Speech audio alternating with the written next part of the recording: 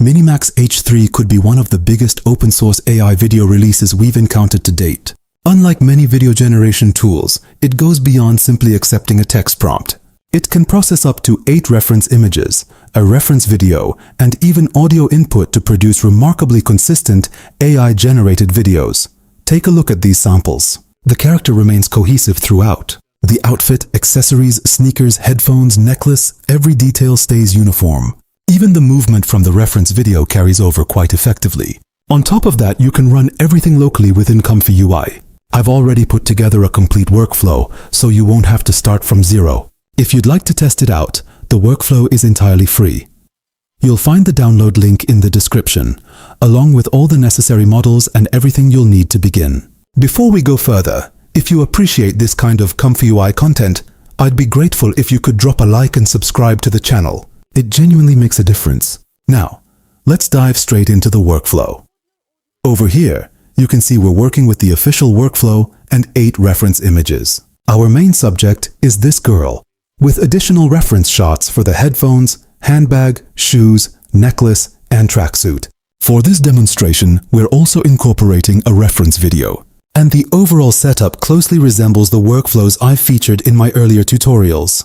For this run, I'm generating at 1.2 megapixels, which offers a solid compromise between output quality and processing speed. Now let's discuss prompting. You'll notice that this initial prompt isn't really the optimal way to phrase things. Since I was still experimenting with image to video, it's not fully correct. In the second demonstration, I'll walk you through the proper prompt format that MiniMax officially recommends. For the time being, you can just enter something straightforward like create a photorealistic full-body luxury fashion video and skip overloading it with extra details. Later on, I'll show you exactly how to craft prompts for noticeably improved outcomes. I've also incorporated a speed enhancement option within the workflow. This is the newer Sage Attention implementation, and over here is the older Sage Attention version. I've also included Easy Cache since many people are using it, but in my own trials, Easy Cache produced poor results, so I wouldn't personally advise using it.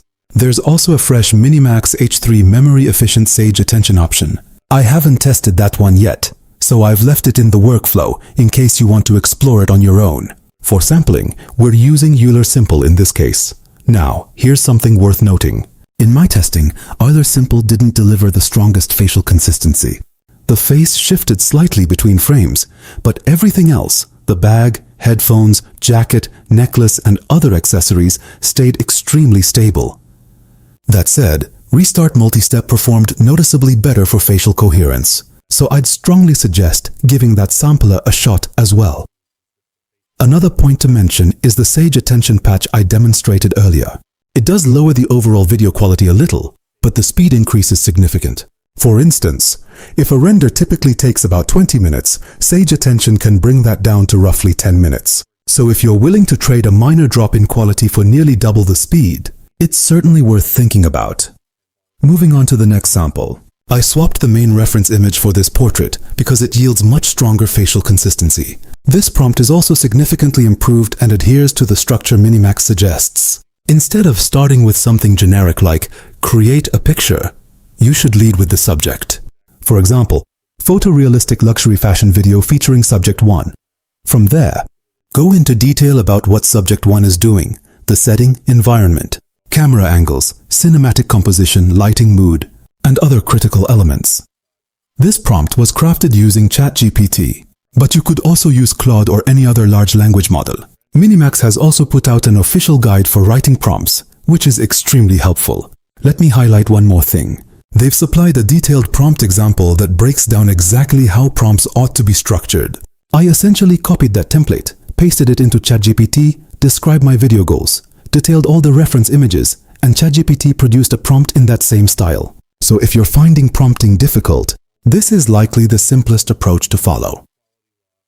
For rendering, I'm using Runway Hub at 2 megapixels, which translates to full 1080p resolution for an 8-second clip. With Sage Attention turned on, the render took about 34 minutes. Without it, the same render would have taken somewhere in the range of 60 to 65 minutes, so the render time is nearly halved. There is a slight dip in quality, and although it's not drastic, it's visible when you compare the footage side by side. Let me illustrate the difference.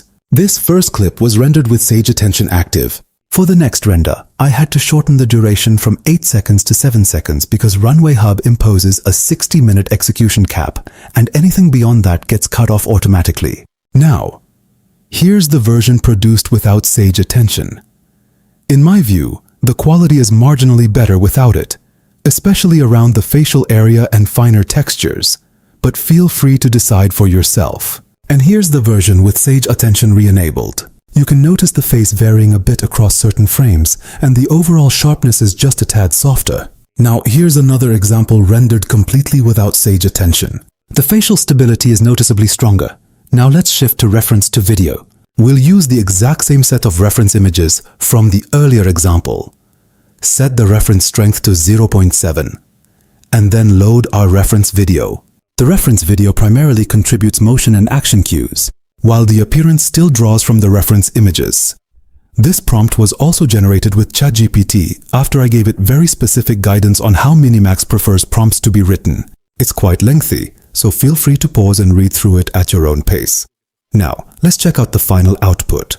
As you can see, the generated character mirrors the movement from the reference video while retaining the same headphones, clothing, accessories, and overall look from the reference images. The only reason this example comes across as a bit softer is that it was rendered at 0.7 megapixels. Bumping the resolution up to around 1.5 megapixels or higher makes a noticeable difference in quality. And that wraps things up for MiniMax H3 Reference-to-Video. If you found this walkthrough useful, please remember to hit like, subscribe to the channel, and drop a comment letting me know which workflow you'd like me to cover next. Thanks for watching, and I'll catch you in the next one.